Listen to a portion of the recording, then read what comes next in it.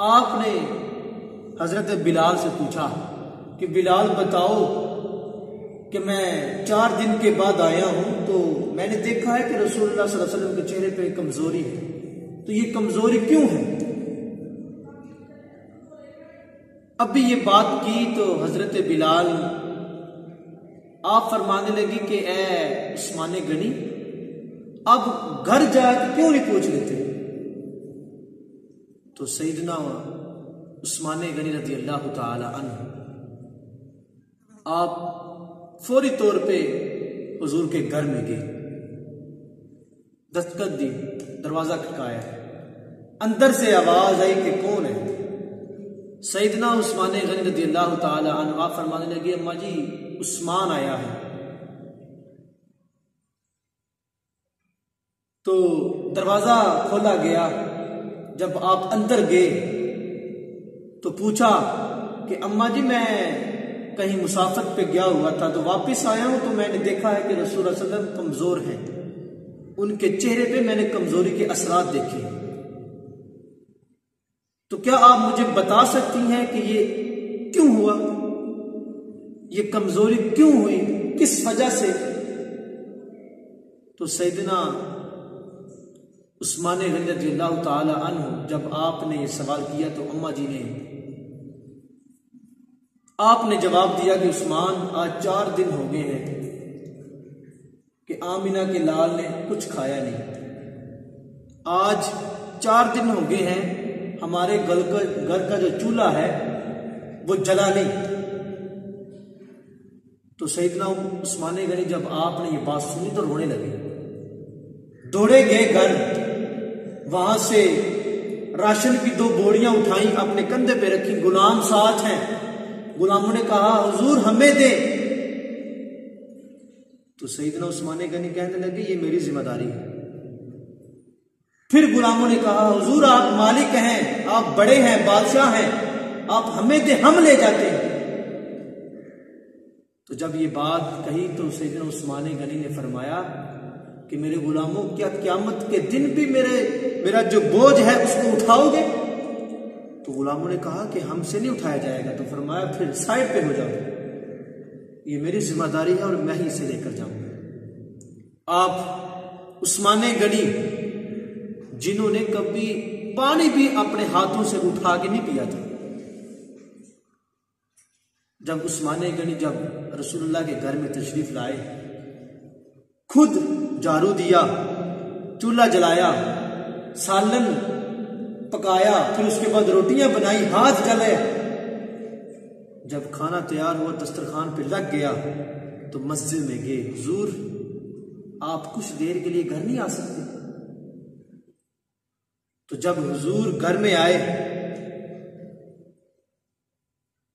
हुजूर ने उस्मान गनी से फरमाया कि उस्मान गनी घर में क्या लेकर क्या करने जाना है, इधर ही बता दो।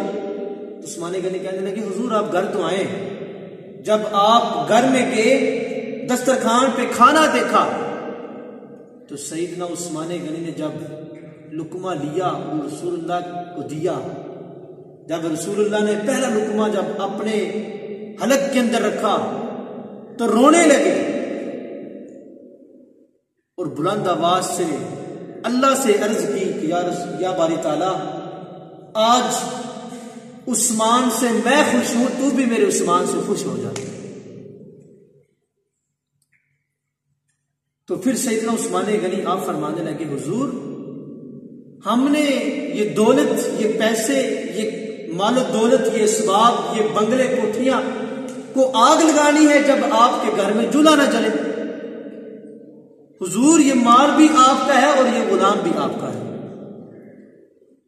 हुजूर हुक्म फरमाए, ये सब कुछ आपका है। हमने इस माल को आग लगानी है कि आपके घर चूल्हा ना जले, आपके घर चूल्हा ना जले और हम जो है मजे से खा रहे हो।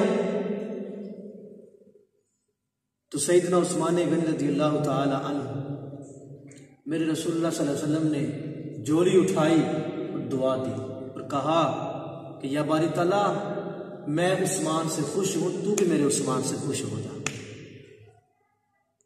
तो इसलिए ये जो माल है, ये जो दौलत है, ये इसलिए नहीं है कि गोया हमारे ही बच्चे खाएं और हम ही इस पे जो है वो मजे करें और अपनी जिंदगी बसर करें। एक और भी रिवायत है, हजरत अबू बकर सिद्दीक रज़ी अल्लाह तआला अन्हु, आपके पास एक शख्स आया, उसने कहा कि हुजूर आप अमीर भी हैं और मीर भी हैं। अमीर से मुराद कि आप मुसलमानों के सरबराह हैं और मीर से मुराद कि आपको अल्लाह ने मालो सवाब से नवाजा है। तो मैं दूर से आया हूं, तो कारोबार करता था, तो कारोबार से मुझे बहुत बड़ा नुकसान हुआ है, जिस नुकसान की बुनियाद पे मेरा बहुत ज्यादा नुकसान, अब मुझ पे लोगों का उधार भी है, मैंने लोगों का उधार भी देना है और घर में भी खाने के लिए कुछ नहीं है। तो दूर से आपके पास आया हूं कि आप मेरी कुछ मदद करें। सैयदना अबू बकर सिद्दीक रज़ी अल्लाह तआला अन्हु आप मुस्कुराने लगे। आप उस शख्स को लिया और अपने घर चले गए। वो शख्स कहता है, जब हम सैयदना अबू बकर सिद्दीक के घर के सामने में गया तो मैंने देखा बाहर बड़ा शानदार दरवाजा है, बहुत खूबसूरत। तो अब मुझे थोड़ा हौसला हुआ कि अब ये मेरी मदद जरूर करेंगे, मेरी जो परेशानी है वो दूर करेंगे। तो जब मैं सैयदना अबू बकर सिद्दीक रज़ी अल्लाह तआला अन्हु आपके जब घर में गया तो मेरी चीखें निकल गई। किसी ने पूछा कि क्यों, आपने ऐसा क्या देखा कि आपकी चीखें निकल गई? तो आपने फरमाया कि जब सैयदना अबू बकर सिद्दीक के घर में पहुंचा तो मैंने देखा कोई भी चारपाई नहीं, खजूर की बनी हुई चटाइयां जो टूटी हुई थी उसके ऊपर मुझे बिठाया और मेरे लिए पानी लेके आए और मुझे कहा कि यार आजकल मेरे हालात कुछ खराब हैं, तुम ऐसा करो कि सैयदना उस्मान गनी के पास चले जाओ। तो जब ये बात सुनी तो उसने कहा कि हुजूर, वो कहता है कि मैं परेशान हो गया कि यार ये जो अमीर है, ये जो मुसलमानों का जो सरबराह है, इसने कुछ नहीं दिया, तो जो गुलाम है उसके पास क्या मिलेगा? तो आप फरमाते हैं सैयदना अबू बकर सिद्दीक रज़ी अल्लाह तआला अन्हु, आपने फरमाया कि ए शख्स आप चले जाएं, वो आपकी जरूरत से भी ज्यादा मदद फरमाएंगे। वो शख्स कहता है कि मैं आपका नाम लूंगा कि मुझे वो बकर ने भेजा है। तो अबू बकर कहने लगे कि इसकी जरूरत नहीं पड़ेगी। उसने कहा नहीं, आपका बताऊंगा तो वो मेरी सुनेगी भी और मुझे जवाब भी देंगे, मेरी मदद भी करेंगे। सैयदना अबू बकर सिद्दीक रज़ी अल्लाह तआला अन्हु आप फरमाने लगे कि बस जाओ और यही कहो कि मैं मुसलमान हूं और आका अलैहिस्सलातु वस्सलाम का नौकर हूं। वो शख्स जब सैयदना उस्मान गनी के दरवाजे पे पहुंचा, अभी दरवाजा खटकाया नहीं, अंदर से आवाजें आ रही थी। सैयदना उस्मान गनी अपने बच्चों से लड़ रहे थे और कह रहे थे कि तुम बीमार हो, एक टाइम में, एक वक्त में दो मीठी चीजें खाते हो, हलवा भी खाते हो और खजूरें भी खाते हो, तुम बीमार हो, एक चीज खाया करो एक वक्त में। तो वो शख्स कहता है जब मैंने ये बात सुनी तो मैंने कहा यार ये जो अपने घर में अपने बच्चों से लड़ रहा है तो इसने मेरी मदद क्या करनी है? वो कहने लगा कि अब मेरा जो दिल था, मेरा जो हौसला था, मैं उससे भी ज्यादा जो है परेशान हो गया कि यार अब क्या बनेगा। मैं तो इन लोगों के पास बड़ी दूर से आया था कि ये लोग मेरी मुश्किल, मेरी जो परेशानी है, जो नुकसान है, जिस वजह से मैं परेशान हूं, उसमें जो है वो कमी करेंगे, मेरा जो परेशानी है उसको दूर करेंगे। आपने दरवाजा खटकाया, चंद मिनट के बाद, 2-3 मिनट के बाद सैयदना उस्मान गनी दरवाजे पे आए और सबसे पहले जो अल्फाज थे सैयदना उस्मान गनी के वो ये थे कि ऐ शख्स, अंदर कुछ मामलात थे जिस वजह से मैं लेट आया हूं, तो मुझे मुआफ फरमा। सैयदना उस्मान गनी ने जब ये बात कही तो उसने कहा कि मैंने आपको माफ किया। सैयदना उस्मान गनी उस वक्त जो माहौल था, जो कमरा था, जो जहां पे मेहमानों को बिठाया जाता था, वहां पे ले गए। सबसे पहले सैयदना उस्मान गनी आप हलवा लेके आए, फिर शहद लेके आए, फिर खजूरें लेके आए।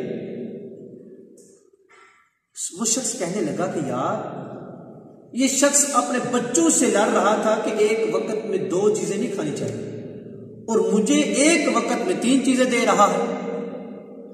जब ये बात उसने खा पी लिया तो उसने सैयदना उस्मान गनी आप फरमाने लगे कि अब बताओ कहां आए हो, क्या करने आए हो। आजकल तो हम लोग जो गरीब है उसकी आवाज को नहीं सुनते, हमारे पास आ जाए तो हम कहते हैं कि जो मोटी मोटी बात है वो कहो। तो सैयदना उस्मान गनी आप फरमाने लगे कि बताओ क्या हुआ और क्यों आए हो। उसने सारे मामलात बताए। उसने कहा, एक गुलाम को आवाज दी, वो आया, उसने एक ऊंट के ऊपर लदा हुआ माल जो है वो सही उस शख्स को दे दिया, और साथ ही 600 दिनार भी उसको दे दिए। जब उसको दिए तो जाने लगा, अब दरवाजे से बाहर अभी निकला है तो उसने कहा कि सैयदना उस्मान गनी, मुझे एक बात का जवाब दो। फरमाया, पूछो। फरमाया कि मैं यहां पे जब आया था तो मैंने ये सुना था कि आप अपने बच्चों से शहद से लड़ रहे थे, मीठे चीज से लड़ रहे थे, दूध से लड़ रहे थे, हलवे से लड़ रहे थे। तो मुझे तो आपने 3 चीजें एक वक्त में दे दी, तो मुझे तो आपने क्यों दी फिर। तो सैयदना उस्मान गनी आप फरमाने लगे कि मुझे अल्लाह ने माल दिया है तो इसलिए नहीं दिया कि वो मेरे बच्चे खाएं, इसलिए दिया है कि मैं रसूलुल्लाह के गुलामों को भी दूं। फिर आप फरमाने लगे, वो शख्स उसने कहा कि उस्मान गनी रज़ियल्लाहु ताला अन्हु, मुझे 300 दिनार चाहिए थे तो आपने 600 दिनार दे दिए। फिर उसके बाद कहा कि उस्मान गनी, ये जो ऊंट है ये वापस कौन लेके आएगा। तो सैयदना उस्मान गनी फरमाने लगे, मैंने ये ऊंट तुम्हें वापस लेने के लिए नहीं दिया, ये ऊंट भी तेरा है, ये 600 दिनार भी तेरे हैं, और इस ऊंट के ऊपर लदा हुआ माल जो है वो भी तेरा है, और जो उसमें मैंने कपड़े रखे हैं तेरे बीवी बच्चों और तुम्हारे लिए कपड़े भी रखे हैं, ले जाओ। वो शख्स जब बाहर गया तो उसने कहा, शुक्रिया उस्मान गनी रज़ियल्लाहु ताला अन्हु, आपने तो मेरी मुश्किल को दूर कर दिया है। मुझ पे जो तकलीफ थी, जो तंगदस्ती थी, जो मुझ पे टेंशन थी, उसको दूर कर दिया। तो सैयदना उस्मान गनी आप फरमाने लगे, मेरा शुक्रिया अदा ना करो, जाके अबू बकर का शुक्रिया अदा करो। तो उसने कहा कि हुजूर, मैंने तो आपको बताया भी नहीं कि मुझे अबू बकर ने भेजा है। आप फरमाने लगे, बस छोड़ो, तुम्हारा काम हो गया, तुम जाओ, बस जाओ और अबू बकर का शुक्रिया अदा करो। तो ये है उस्मान गनी रज़ियल्लाहु ताला अन्हु। जब दिल साफ हो, जब किसी को दें अल्लाह की रजा के लिए, किसी से लें अल्लाह की रजा के लिए, तो फिर देखना अल्लाह रब्बुल इज्जत आप लोगों की जिंदगी में किस कदर रहमत और बरकत नसीब फरमाएगा। तो अल्लाह ताला से दुआ है कि हमें इन बातों पे अमल करने की तौफीक अता फरमाए, हमारे जो माल है उसको सही रास्ते में खर्च करने की तौफीक अता फरमाए। वमा अलैना इल्लल बलाग।